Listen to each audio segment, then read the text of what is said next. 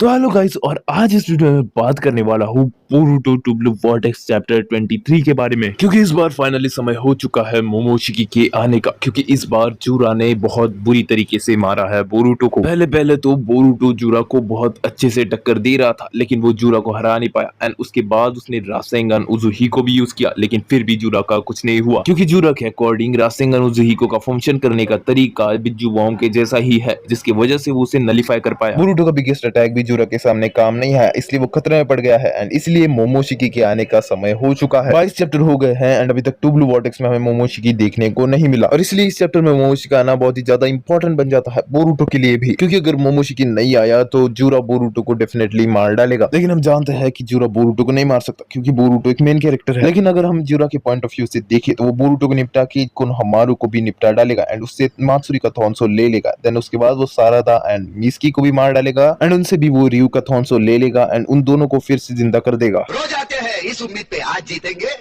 कल जीतेंगे, परसों जीतेंगे, रोज हारते हैं। अब बोरुटो अपना हर अटैक यूज कर चुका है, लेकिन फिर भी वो जूरा को नहीं हरा पा रहा है। एंड तभी एंट्री होगी कवाकी की, जो 9 लिमिटर वाला होगा। अब 9 लिमिटर वाला कवाकी आने के बाद वो अपने बिना कारमा यूज किए बोरुटो का साथ देगा। जहां पर बोरुटो तो जख्मी है, लेकिन वो दोनों भी ट्राई करेंगे कि वो जूरा को हरा सके। लेकिन यहाँ पर ये दोनों जूरा को अच्छी टक्कर तो देंगे, लेकिन वो जूरा को नहीं हरा पाएंगे। एंड तभी कवाकी जो है अपना कारमा यूज करेगा एंड अपना कारमा यूज करने के बाद वो जूरा पर भारी पड़ने लग जाएगा। जूरा भी कवाकी के हाथों बहुत ज्यादा मार खाएगा। लेकिन इसी कहानी में एक ट्विस्ट आ जाता है कि कवाकी के कारमा यूज करने की वजह से बोरुटो का भी कारमा एक्टिवेट हो जाता है। एंड तभी एंट्री होती है मोमोशिकी की, जो कि बोरुटो से बात करता है एंड उसके ऊपर कंट्रोल पा लेता है। और यह सब आइडा अपने सेंड्रेगान से दिख रही होती है एंड इसके बारे में वो काशिनकोजी को भी बताती है, जिससे हमें काशिनकोजी के असली प्लान के बारे में पता चलता है। काशिनकोजी नहीं चाहता था कि मोमोशिकी बाहर आए एंड वो ये भी जानता था कि अगर बोरुटो ने जूरा के साथ फाइट की तो मोमोशिकी उसके ऊपर कंट्रोल पा लेगा। जो काशिनकोजी था वो ये भी जानता था कि अगर मोमोशिकी ने जूरा से फाइट की तो मोमोशिकी ही जीतेगा। एंड अब काशिनकोजी अपने प्रिसांस की एबिलिटी के साथ बहुत सारी फ्यूचर पॉसिबिलिटीज देख पा रहा था। दूसरी तरफ जो कवाकी था उसे भी अपने गलती का एहसास हो गया था, क्योंकि वो जानता था कि उसी की वजह से बोरुटो भी अपना कंट्रोल खो चुका है। बोरोशिकी है वो भी कवाकी का साथ देगा अब के लिए, क्योंकि वो भी जूरा को मारना चाहेगा। क्योंकि ओत्सुसुकी हर बार से टेंटेल्स के दुश्मन रहते हुए आए हैं एंड इसलिए जूरा भी मोमोशिकी पर अटैक कर देगा। लेकिन अंत में जूरा को वहां से भागना ही पड़ेगा। और इसी के बाद जो कवाकी है उसकी मोमोशिकी के साथ फाइट शुरू हो जाएगी। यहाँ पर मोमोशिकी इतने साल के बाद आने के बाद थोड़ा अजीब लग रहा है। दूसरी तरफ बोरुटो जो कि अभी अनकॉन्शियस है, वो भी अभी कॉन्शियसनेस पाने की कोशिश कर रहा है, लेकिन मोमोशिकी उसे ऐसा करने नहीं दे रहा। और इसी चीज के बारे में जो काशिनकोजी था वो भी ये जानता था कि अगर बोरुटो के ऊपर मोमोशिकी ने कंट्रोल पा लिया तो बोरुटो वापस नहीं आ सकेगा। लेकिन मोमोशिकी ने बोरुटो के ऊपर कंट्रोल पा लिया एंड इसका प्लान फेल हो गया। अब जो सारादा अनकॉन्शियस होती है वो अभी जाग जाती है एंड वो सेज मोड वाले मिस्की के साथ उस जगह पर आ जाती है जहां पर बोरुटो और कवाकी है। वो तब वहां पर देखता है कि जो कवाकी है वो सामने खड़ा है बोरोशिकी के। एंड इसी की वजह से जो सारादा है वो भी अपने शारिंगन को एक्टिवेट कर लेती है एंड वो सभी के सभी बोरोशिकी का सामना करते हैं। बोरोशिकी उन पर भारी पड़ता है, जिसके कारण कवाकी समझ जाता है कि बस कारमा के लिमिटर हटवाने से वो ताकतवर नहीं बनेगा। वो समझ जाता है कि अगर उसे बोरुटो के टक्कर का बनना है तो उसे कंप्लीट ट्रेनिंग करती रहनी पड़ेगी। वो सोचता है कि बिना कारमा की यूज के ही उसे इतना स्ट्रॉन्ग बनना पड़ेगा कि वो बोरुटो के टक्कर का बन जाए। अब जो जूरा है वो वहां से तो भाग गया था, लेकिन जूरा के बाद वहां पर अभी मोमोशिकी का खतरा आ चुका था। जो बोरोशिकी था वो इतना ज्यादा स्ट्रॉन्ग था कि 9 लिमिटर वाला कवाकी, सारादा और मिस्की भी उसे संभाल नहीं पा रहे थे। सारादा की मांग की शारिंगन में से खून निकल रहा था, लेकिन फिर भी वो लड़ रही थी। एंड जो मिस्की था वो भी अपना सेज मोड यूज कर करके थक चुका था। एंड इतने फाइट के बाद बोरुटो भी होश में आ जाता है एंड बिना कुछ कहे वो वहां से फ्लाइंग राइजिन यूज करके चला जाता है। एंड कवाकी भी समझ जाता है कि कुछ ना कुछ तो भी गड़बड़ है। और यहाँ पर जो जो चीज हुई वो आइडा अपने सेंड्रेगान से जो देख रही थी वो सब कुछ वो